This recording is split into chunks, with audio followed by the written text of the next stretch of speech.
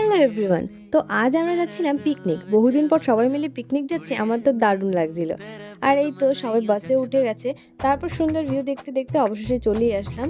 ও হ্যাঁ, তোমাদের তো বলাই হয়নি আমরা পিকনিকে কোথায় গেছিলাম।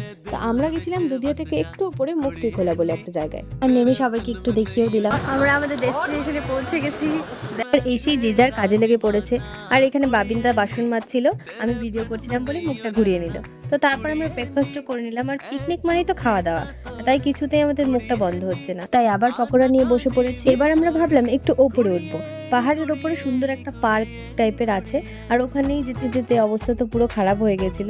আর ওপর থেকে ভিউটা জাস্ট অসাধারণ লাগছিল দেখতে। এই যে সেই জায়গা, এখানে একটু দোল খেয়ে নিলাম। তো দোল খেয়ে চলে আসলাম নিচে। আর আজ ছিল অঙ্কুশের জন্মদিন, তো ওর বার্থডেটাও কিন্তু এখানেই সেলিব্রেট করা হয়েছে।